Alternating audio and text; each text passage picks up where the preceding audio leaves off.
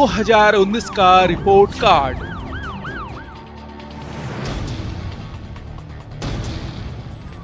दो 2020 का संकल्प।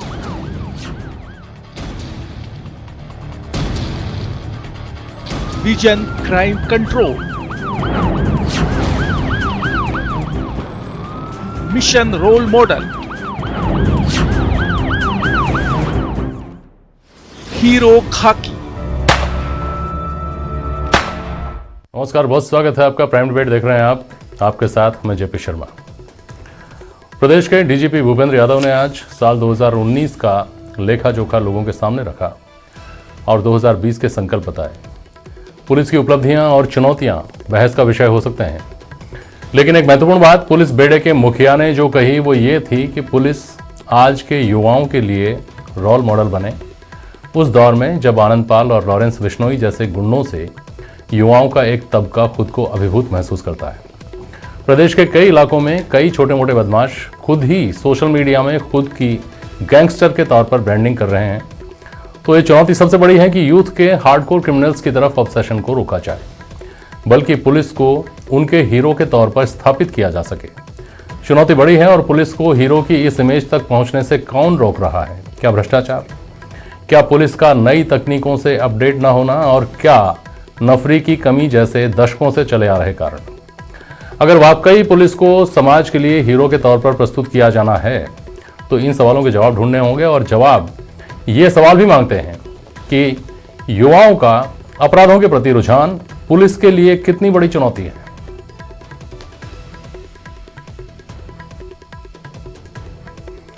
क्या साइबर एक्सपर्टीज के बिना क्राइम को कंट्रोल करना मुमकिन है आज के दौर में?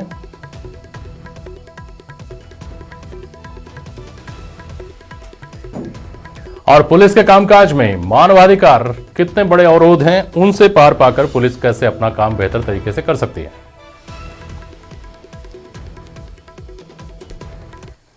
हमारे साथ डिबेट में आज सत्यनारायण सिंह जी हैं। कांग्रेस विचारक हैं, रिटायर्ड ब्यूरोक्रेट हैं, जाने माने अधिवक्ता हैं। Advocate A K. जैन साहब हमारे साथ।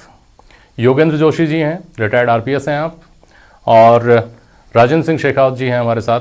आप भारतीय जनता पार्टी की नुमाइंदगी इस बहस में कर रहे हैं। बहुत स्वागत है आप सभी का। योगेंद्र जी, सबसे पहले आपके अनुभव को सुनना चाहेंगे। योगेंद्र जोशी जी, पुलिस का हीरो बनना, पहली बात तो हमारी यह स्वीकारोक्ति है कि आज के दौर में पुलिस उस तरह से लोगों के लिए हीरो नहीं है जैसे उसको होना चाहिए या जैसे वो हुआ करती थी। उसको हीरो जैसी इमेज वापस अपनी स्थापित करनी है। कौन रोकता है इससे? क्या पुलिस खुद या कोई और? योगेंद्र जोशी जी। देखिए शर्मा जी, कोई नहीं रोकता। ये तो पुलिस को अपने आप में, पुलिस के अधिकारियों को अपने आप में सोचना पड़ेगा। जब हम देखते हैं, एक पिक्चर देखते हैं, उसमें सिंघम नाम से कोई चीज डेवलप होती है, तो आप देखिए पिक्चर हॉल के अंदर तालियां बजती हैं। ये तालियां क्यों बजती हैं? क्योंकि हमारे यहाँ पुरानी परंपरा से चला आ रहा है कि पुलिस का अधिकारी हीरो के तौर पर, न कि अपराधी के तौर पर प्रस्तुत हो। अब क्या देखते हैं कि जो आने वाला जो समय आ रहा है उसके अंदर अधिकारी सिंघम तो नहीं बन रहे हैं और वो ऐसे उदाहरण प्रस्तुत नहीं कर रहे जनता के सामने जो उनको करने चाहिए।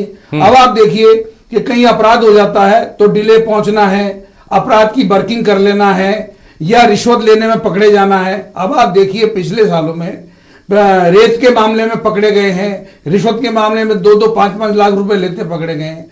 तो मेरा कहने का तात्पर्य है कि इस चीज के ऊपर ज्यादा जोर देना पड़ेगा और इसको बनाने के लिए ये मात्र हमारे डीजीपी साहब द्वारा ये कहने मात्र से काम नहीं चलेगा। इसको आगे बढ़ाने के लिए उनको प्रतिदिन, प्रतिक्षण उनको आगे कार्रवाई करनी पड़ेगी, तब जाकर के इन अधिकारियों में कोई चेंज आएगा। मैं ये कहता हूं कि मान लीजिए डीजी साहब ने 14 अधिकारी या 16 अधिकारी इकट्ठे करके और उनके माध्यम से सुधार करने का प्रयास किया, तो ऐसे सुधार होने वाला नहीं है। क्योंकि हमारी जनता से सीधे एसएचओ जुड़े हुए हैं, सीधा एएसआई थानेदार जुड़ा हुआ है, जो कंप्लेंट दर्ज करता है, जो इन्वेस्टिगेशन दर्ज करता है। हाँ। अगर ऐसी चीजों के अंदर वो डायरेक्ट जनता से जो कांटेक्ट है वो इन लोगों का होता है, तो इन लोगों के अंदर चेंज करने के लिए इनको एक लंबा काम करना पड़ेगा। उसके लिए ट्रेनिंग चेंज करने पड़ेंगे, ट्रेनिंग के नियम चेंज करने पड़ेंगे, ट्रेनिंग के अंदर ये बताना पड़ेगा कि हमें नागरिकों से किस तरह से व्यवहार करना चाहिए, कंप्लेंट करने आता है तो उससे हमें कैसे बात करनी चाहिए।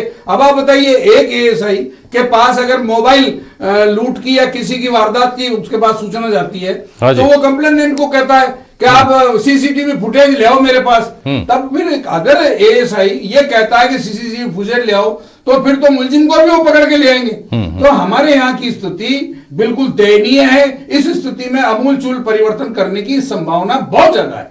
ठीक बात है। और जहां से आपने अपनी बात शुरू की थी वहीं से मैं अपनी बात शुरू करता हूं। सिंघम का आपने उदाहरण दिया, चूंकि ऐसा पुलिस ऑफिसर हमारे यहां सिर्फ कल्पनाओं में है या दुर्लभ है, इसलिए सिंघम के लिए लोग ताली बजाते हैं।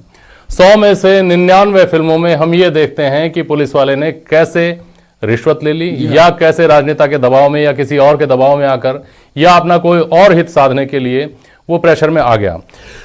तो सवाल ये खड़ा होता है जैन साहब कि हमारे पुलिस सिस्टम को 99% फिल्मों जैसा बना देने वाली कौन सी चीजें हैं, 1% सिंघम जैसी फिल्म का पुलिस वाला बनाने से रोकने वाली कौन सी चीज है? ये सबसे बड़ी बात यह है कि हिंदुस्तान में पुलिस आम आदमी में विश्वास नहीं पैदा करती है, भय पैदा करती है। यदि पुलिस की सिंघम जैसी कार्रवाई हो जाए तो निश्चित रूप से हम भी जापान, सिंगापुर और तो और यूएई जैसे कंट्रीज़ की कैटेगरी में शामिल हो सकते हैं जहां पर क्राइम रेट 0 से लेकर 15% के बीच में है और जहां पर यह कहा जाता है कि you can corrupt the president but you can not corrupt A police officials. जब तक आप राजस्थान की बात लें, बहुत अच्छा उदाहरण है, बहुत अच्छी कोशिश है कि आप राजस्थान में पुलिस की इमेज उस लेवल पे ले जाना चाह रहे हैं कि आम आदमी आप में विश्वास करे, आम आदमी उसमें अपना हीरो ढूंढे। परंतु क्या ये तब संभव है जब करप्शन में आप पूरे देश, वैसे तो हिंदुस्तान ही 106 नंबर पे 106 नंबर पर है करप्शन इंडेक्स में दुनिया के 140 देशों में, और उसमें भी हिंदुस्तान में भी राजस्थान सबसे ऊपर है और राजस्थान में सबसे ऊपर नंबर 1 पर राजस्थान पुलिस है।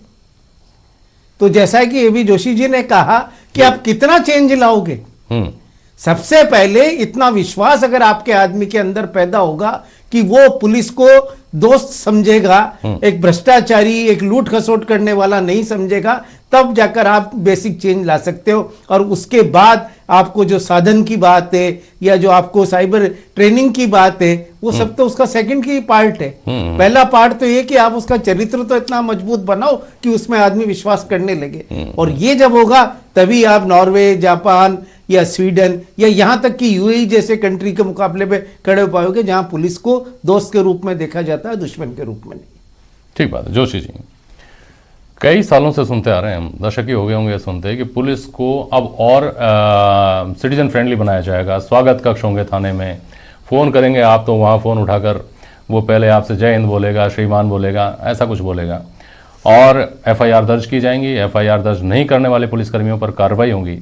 लेकिन क्या व्यावहारिक धरातल पर, छोड़ दीजिए हम सरकारों की बात नहीं कर रहे हैं, हम पुलिस का मुखिया अभी कौन है, पहले कौन था, हम इसकी भी बात नहीं कर रहे हैं, लेकिन क्या जमीनी स्तर पर हम इसमें कोई फर्क महसूस करते हैं जब तक इलाके का अधिकारी इस मामले को लेकर के गहरी दिलचस्पी नहीं दिखाता हो? योगेंद्र जी। शर्मा जी, आपने बिल्कुल सही बात कही है।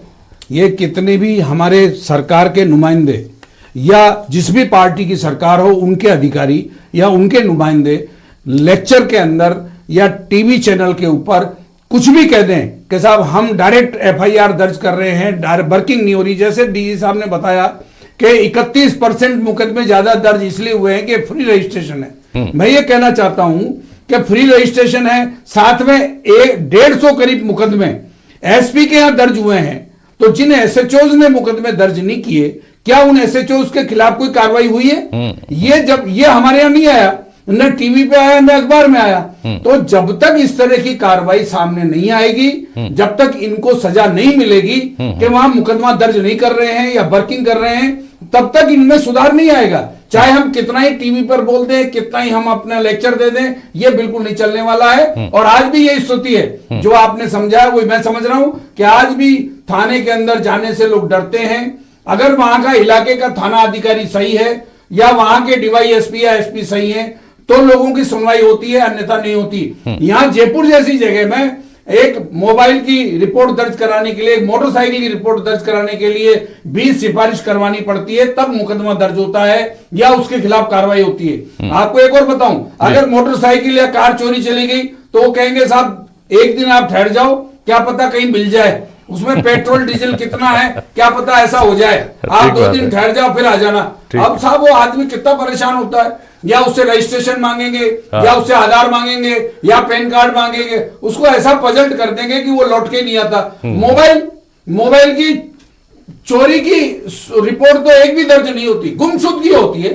मैं ये कहता हूं सारे घूमते हैं क्या आदमी के हाथ में से, लेकिन गुमशुदगी की रिपोर्ट दर्ज होगी, चोरी की नहीं होगी। अगर गुमशुदगी की दर्ज की बजाय चोरी की दर्ज कर ले तो इनके आंकड़े 30% बता रहे ज्यादा, ये 90% ज्यादा मुकदमे दर्ज हो जाएं। और इंफॉर्मेशन टेक्नोलॉजी की स्थिति तो ये है कि थाने के अंदर मुकदमे दर्ज ही नहीं करते, वो एएसआई थानेदार इन्वेस्टिगेशन जानते नहीं है। हमारे यहाँ हर जिले में उस पर आता हूँ वो तो बहुत गहरा और विस्तृत विषय हो गया है।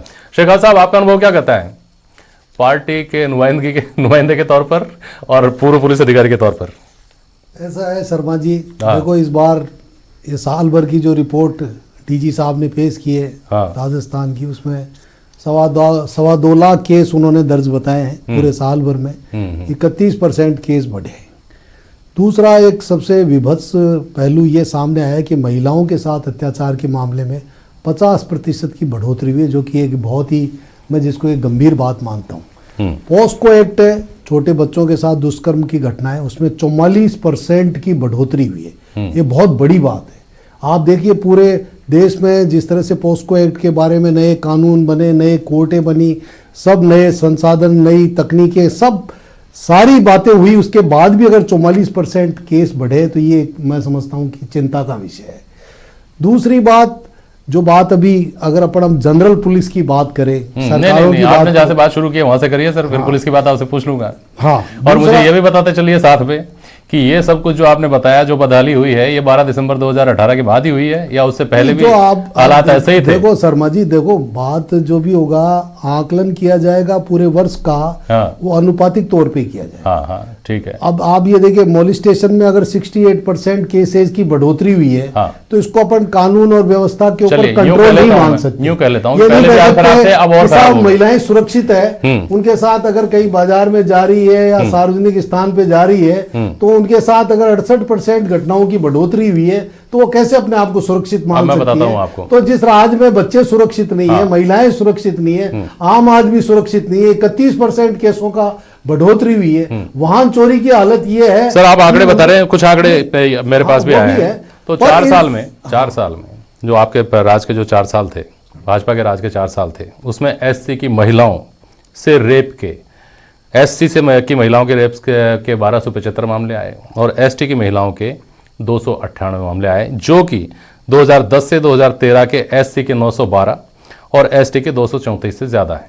तो आप जो कह रहे हैं कि महिलाओं का उत्पीड़न ज़्यादा हुआ है, मैंने सिर्फ एक कैटेगरी दलित महिलाओं की और रेप की आपके सामने रखी है। आप कहें तो और रखूँ? नहीं, वो तो देखो आंकड़े हैं, आप रखेंगे तो बिल्कुल उनका हम जवाब भी देंगे। ऐसी बात नहीं है कि महिलाओं के साथ अत्याचार की मैंने ओवरऑल बात की है, आपने एक सेगमेंट की बात की है। मैं आपको एक बात और बताऊं, एससी एसटी के साथ अत्याचार की घटनाएं भी इस वर्ष बढ़ी है, उनके आंकड़े भी बढ़े हैं। ऐसा नहीं है कि उनके साथ नहीं बढ़े, पर उनका अलग अलग स्पेसिफिकेशन देंगे तो मेरे को लगता है कि बहस बहुत लंबी हो जाएगी। चलिए ठीक है, मुझे बताइए शेखावत साहब, मुझे बताइए आपकी पुलिस सेवा का भी अनुभव है और अब आप राजनीतिक दल की नुमाइंदगी भी कर रहे हैं, वो कौन से कारण है, दरअसल वो मूलभूत कौन सी चीजें हैं जो हम यूं मान लेते हैं, आपकी इस वक्त की स्थिति को देखते हुए मैं यूं मान लेता हूं कि जो शासन बदलने के साथ साथ ही पुलिस महकमे में बदल जाती हैं, उनकी वजह से चीजें या तो बिगड़ जाती हैं या सुधर जाती हैं, वो क्या चीजें हैं शेखावत जी? एक तो लीडरशिप होती है। देखिए आप अगर लीडरशिप पूरे स्टेट में अगर लीडरशिप अच्छी है, डिस्ट्रिक्ट्स में अच्छी है, अगर एसपी ढंग के ईमानदार और बिल्कुल अगर डेडिकेटेड एसपी लगाए, तो आपको मैं निश्चित रूप से मानता हूं कि जिलों के अंदर एक तो क्राइम पे कंट्रोल होगा, करप्शन पे कंट्रोल होगा, मैनेजमेंट पे पूरा कंट्रोल होगा। पर अभी क्या हो रहा है, पॉलिटिकल एटमॉस्फेयर ज्यादा हो गया है। अच्छा। आपके पॉलिटिकल डिजायर सिस्टम से जिस तरह से आप ये देखिए रातों रात अधिकारियों को बदल रहे हैं, ऐसा हो रहा है सत्यनारायण जी, रातों रात अधिकारियों को बदल रहे हैं। मतलब आप जिस दिन से सरकार बदलती है, सरकार बदलने का मतलब यह है कि डीजी बदलो, चीफ सेक्रेटरी बदलो, आपके सारे एसपी बदलो, सारे आईजी बदलो। यानी जो सरकार पिछले 5 साल से जिन लोगों से काम ले रही थी, वो एक दिन में नकारा हो गए। तो शेखावत जी, वो तो ऐसा भी हुआ है कि चीफ सेक्रेटरी को आपने सीएमडी रोडवेज बनाकर बिठाया है, वो भी उदाहरण ज्यादा पुराना नहीं है, वो भी 5 साल पहले की बात है। तो ये नहीं कह सकते, तो लीडरशिप का इस पे फर्क पड़ता है। दूसरी बात है कि आपकी पॉलिसीज किस तरह की है। सत्यनारायण सिंह जी, देखिए, शेखावत साहब पुलिस अफसर रहे हैं और आज बीजेपी को रिप्रेजेंट कर रहे हैं, इसलिए ये वो बातें कह रहे हैं जो इनके सर्विस पीरियड में हुआ करती थी।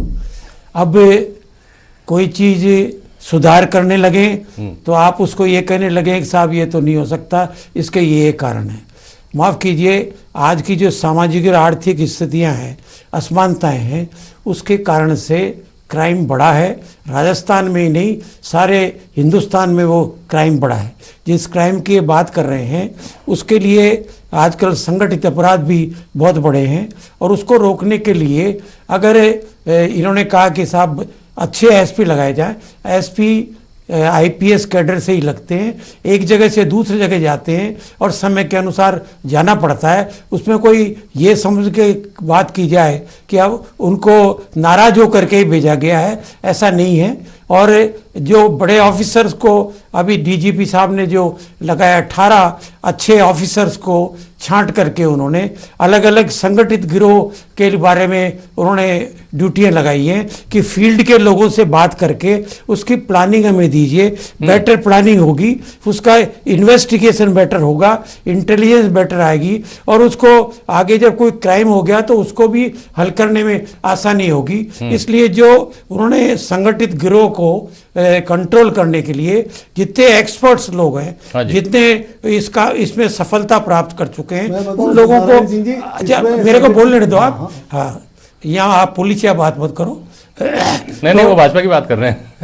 नहीं, तो इसलिए जो स्वागत कक्ष भी बनाने का प्रयास है, गरीबों की सुनने का भी है, और जो ये बड़े हैं इनकी राज में पूरी एफआईआर दर्ज ही नहीं होती थी।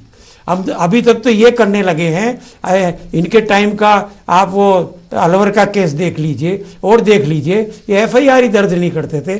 अब एफआईआर दर्ज थानेदार को भी कहा गया है, एसपी को भी कहा गया है, और इन्हें कैसे मालूम कि जिस थानेदार ने दर्ज किए नहीं किए उसके खिलाफ कार्रवाई नहीं हुई। तो अगर गवर्नमेंट सचेत होकर के क्राइम कंट्रोल के लिए एक सिस्टमेटिक ढंग से आगे बढ़ना चाहती है तो हमें उसका स्वागत करना चाहिए, न कि उसका ये कहना चाहिए कि ऐसा नहीं हुआ था, ऐसा नहीं हुआ था, ऐसा नहीं हुआ, तो आगे भी नहीं करें, उसी ढंग से चलें। मैं समझता हूँ ये ठीक नहीं। ठीक बात शर्मा जी, मैं एक बात बताऊं, जैसे भी सत्यनारायण सिंह जी ने कहा, 2 मिनट में ही, जो 16 विषयों के ऊपर इन्होंने विशेषज्ञ अधिकारियों की सेवाएं लेने का किया है कि वो प्लानिंग तैयार करेंगे। पर मैं आपको बताऊं, सबसे बड़ी जो राजस्थान में अभी घटनाएं घटी है, आप ये देखिए, कम्युनल राइट्स के बारे में इन्होंने कोई प्लानिंग नहीं की। कम्युनल राइट्स के बारे में कितने कम्युनल राइट्स की घटनाएं हुई है, आप तो ऐसी कोई प्लानिंग पहले भी नहीं देखी? नहीं, उसमें नहीं, हैरानी की बात नहीं, इन्होंने जो विशेष संगठित गिरोह की बात की, आपके टाइम अब आप ये इंटरनेट बंद होता था। 6 आपके अभी भी आतंकवादी, ये जो जयपुर में जो सीरियल बम ब्लास्ट की घटनाएं हुई थी, उसके 6 अपराधी अभी भी फरार हैं। उनको गिरफ्तार करने की कोई प्लानिंग नहीं बताई। कितने साल पुरानी बात कर रहे हो आप? तो मैं तो आज नई बात बता रहा हूँ, आप कह रहे हैं कि सरकार कोई नया काम कर रही है। आप भी पुलिस सुझाव दे रहा हूँ, आपको सुझाव दे रहा हूँ कि आप ये आतंकवाद एक महत्वपूर्ण बात जो समझ में आती है ना, सांप्रदायिक घटनाओं के बारे में भी विचार, इस बारे में चर्चा भी ये भी बहुत ज्यादा जरूरी है। कांस्टेबल को भी जांच अधिकारी बनाया जाएगा। ये बात उस दौर में आती है सामने। जैन साहब, आपसे भी समझना चाहूंगा और जोशी जी से, बहुत संक्षेप में, बहुत कम समय बचा हुआ है। उस दौर में समझ में आती है जब आप एक कांस्टेबल के पास में साइबर क्राइम तो छोड़ दीजिए, लेकिन साइबर सेक्टर से जुड़ा हुआ या उसकी मदद से किया गया कोई क्राइम भी आप लेकर के जाइए। कांस्टेबल्स की आज भी ये स्थिति होगी, बहुत तेरे पुराने कांस्टेबल्स की जो 50 पार कर चुके, 55 पार कर चुके, जिनकी सेवाएं बाकी हैं अभी 5-5, 7-7 साल की, उनको व्हाट्सएप का मतलब नहीं पता है। वो मैसेज आने पर कहते हैं जरा देख के बताना यार क्या आया है, अंग्रेजी में वो नहीं पढ़ सकते।